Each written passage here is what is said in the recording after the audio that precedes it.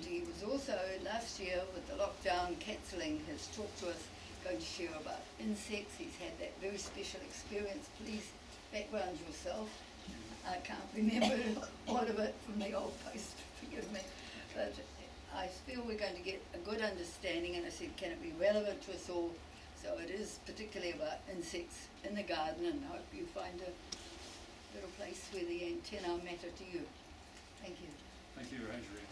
Cheers. Kia ora. Welcome to the Sanctuary Mahi Whenua.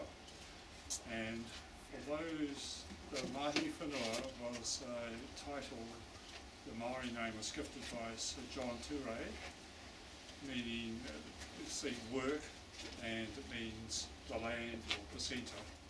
And it really comes down to what we all know: no work, no food. So here, work, you can get something from the land. If you don't do the work, you won't get the food, you won't get anything. So this is what part of this special place.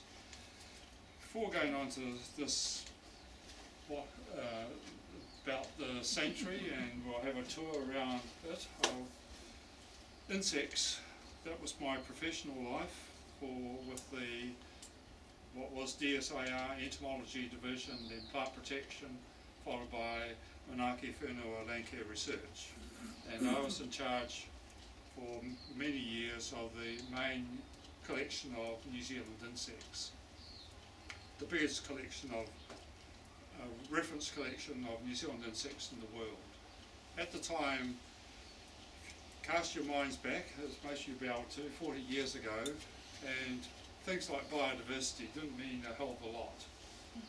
Nowadays, biodiversity means a lot, and here there's a resource to help to work out what is the biodiversity built up over these generations of people who got probably little recognition for what they did. And as well, it's become important for trade, for selling our produce, our primary produce, vegetables, fruit, overseas. There's the so-called pest lists have to be formed. What insects, what invertebrates have been associated with the crop, so another country can look at it and say, we don't want that in our country. And sometimes you get endless battles as trying to get apples into Australia. And conversely, New Zealand does the same for all other countries, to be able to bring fruit in from other countries, the assurance, everything. And I was involved, particularly in later years, in doing some of these things, and I felt doing some consultancy work in the Pacific, particularly Samoa, and in Southeast Asia, with the so-called CLMP countries, Cambodia, Laos, Myanmar and Vietnam. And at least for Vietnam, we can now import into New Zealand if we want to dragon fruit and mango. That's on the basis of the pest lists that I helped form with the people there. There has to be fumigated again here, do they, as well? No, if they've been properly, for those, it's a heat treatment done properly, and for the US market, it doesn't matter, you have irradiation, and I can assure you irradiation does work for the things. It's not radiation. Yeah. The mangoes coming in from Australia have to be treatment, and most of it is irradiation, as with all medical supplies. Right.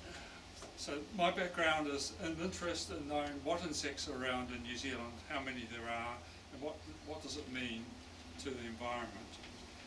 There's something like 20,000 species of insects in New Zealand, which are, most of them, 90% are endemic to New Zealand. Nowhere else in the world do you find them.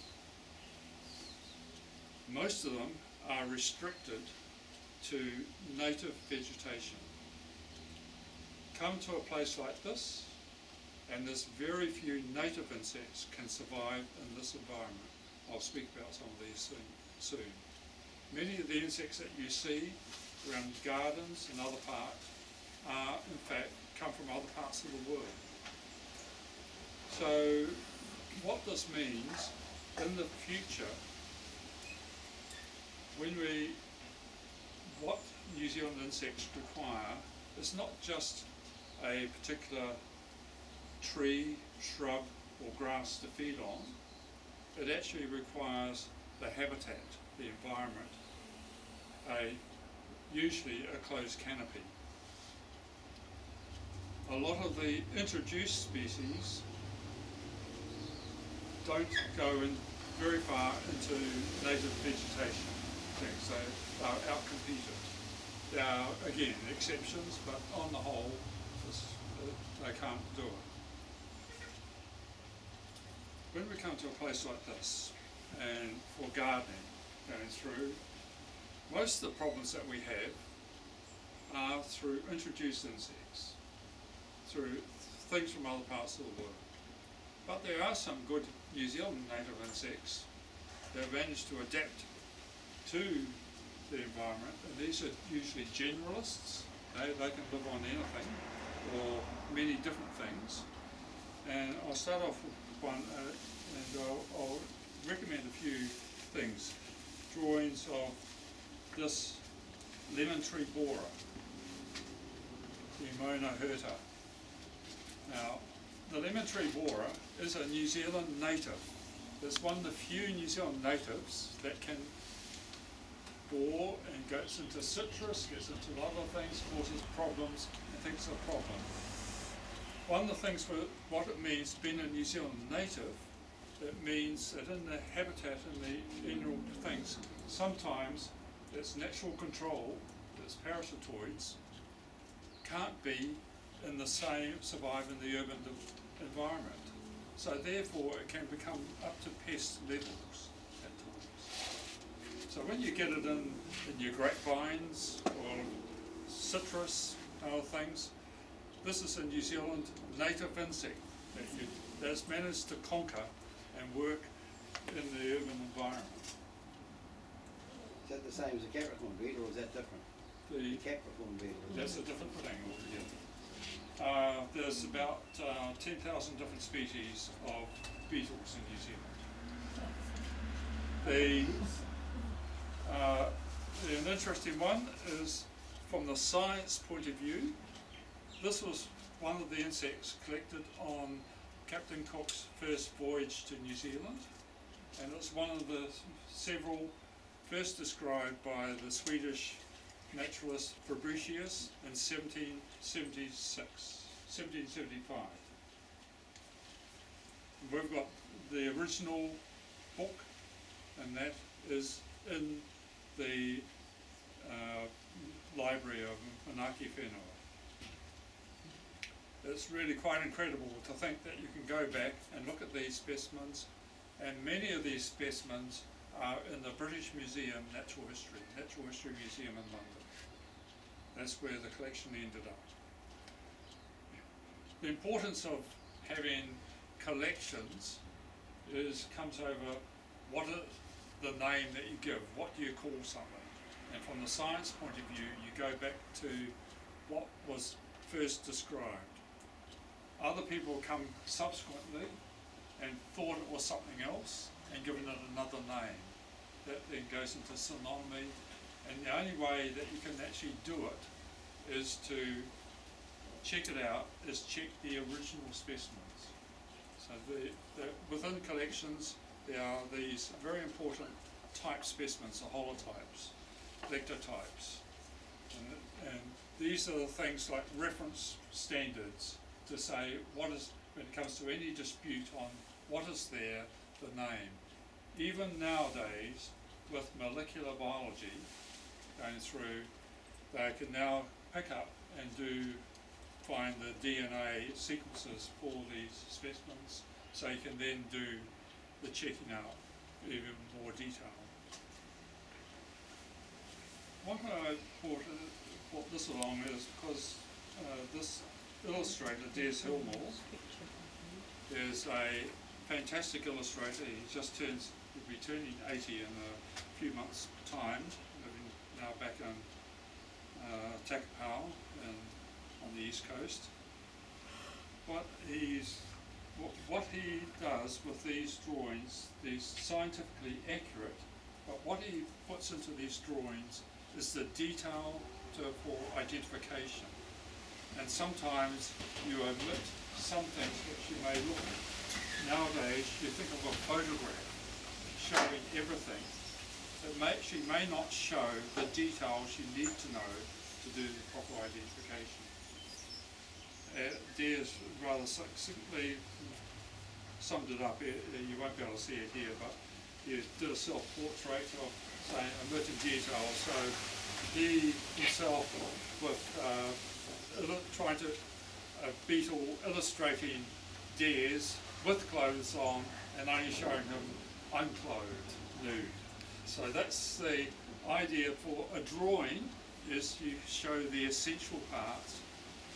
The changing parts, as clothes and everything, or insects, may differ. And that's the difference between these scientific illustrations for the things which you need to do and photographs.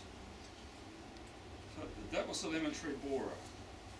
Another New Zealand native insect that can help out, some people don't like, the so-called hoo-hoo beetle, Trianopus. Again, an early described species, just checked, it wasn't described until White 1846, and that was from the collection from the Terra and Erebus expedition to New Zealand, and as it passed through New Zealand on the way to the sub-Antarctic and down to the Antarctic regions.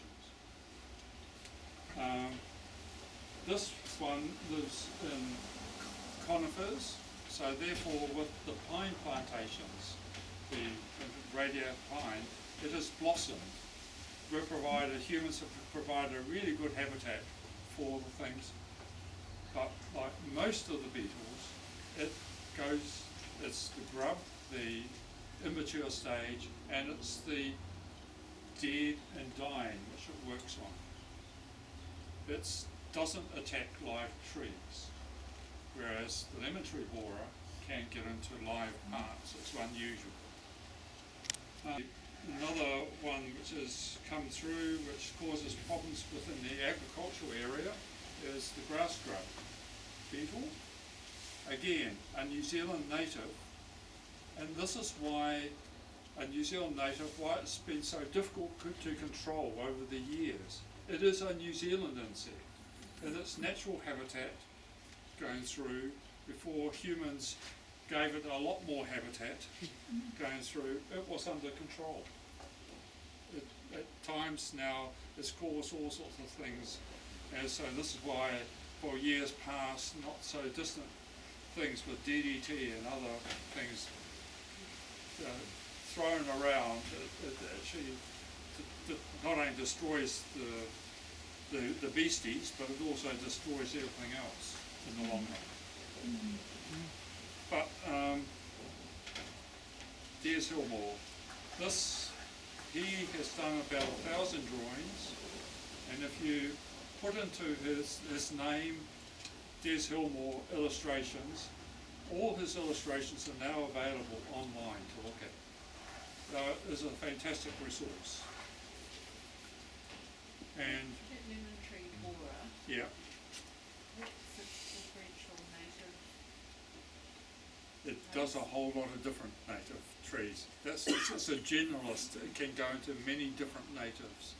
I'd need to go and check on precisely for what it says, and that's another resource to where you find the details. I know it loves I was Yeah, just going to yeah. say, if you had some close canopy bush right by, Yeah, would anything, attract it more than as a parasite to, yeah.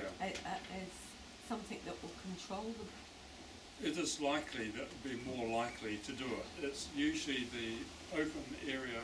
Most citrus and orchards are specimen trees, as I would say it. And you're a very good point, because I was actually then going to go forward a couple to the bag moth.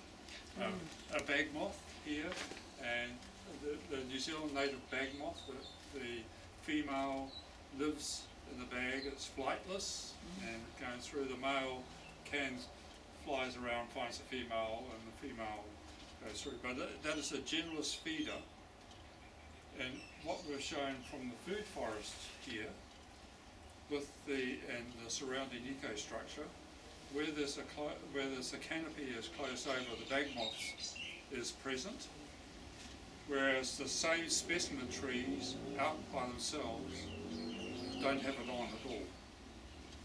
It's just the distance, it's not only just the parasitoids and other things, it's the actual habitat which is important.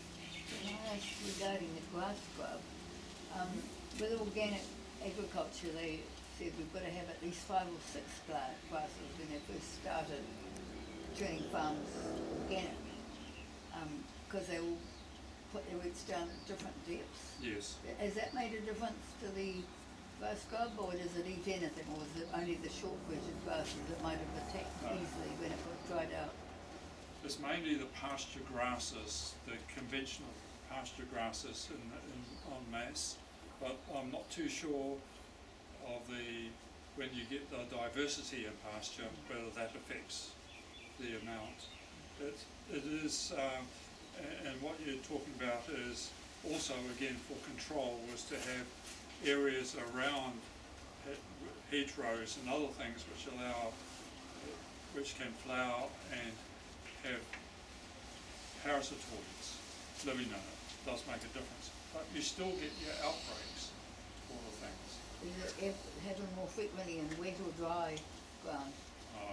It's just not in the wet so much, it's drier. You're associated with it in all parts. It's here in Auckland, it's here around here, but it's in lower numbers, I guess, because it's wetter than what you see sometimes in the mass outbreaks. We've got to think about the mass outbreaks which occurred in the past. Is some of them have been brought around because they've actually used pesticides and that to try to suppress, leave, and then they've survived. The other type of insect which gets a New Zealand native which can survive well, and I haven't got a picture of it here, but it's everyone will know the New Zealand weta. The weta, here's an example one which just so happens it was a Stephen Island giant weta. There were giant weta around here, but they've been eaten out by the rats and mice. They can't out-compete. Is that the cave weta or is that a different one? The cave weta's got very long rhaphidophores. These are the ground weta. Yeah. They can also survive in the urban environment because they're, again, a generalist feeder.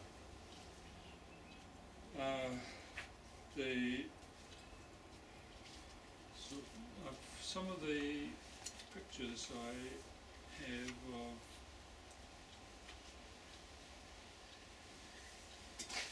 I've lost my way here. Here it is here. Yeah, here it is here. It's a scavenger, isn't it? It's the I done a few part here, which you don't see. Kawa, that has got a native moth on it.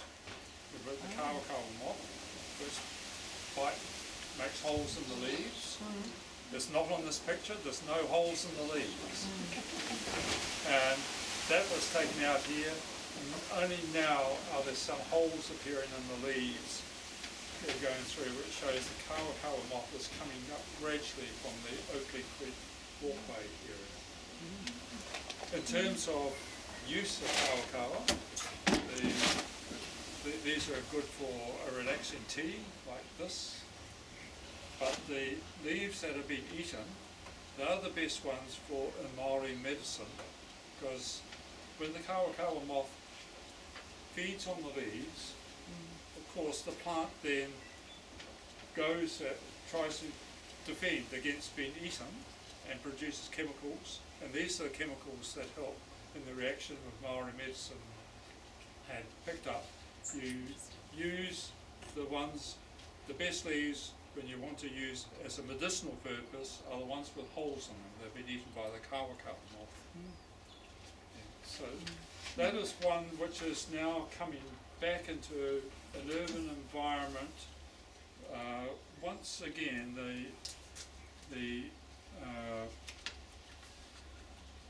I guess the habitat, the environment is coming over.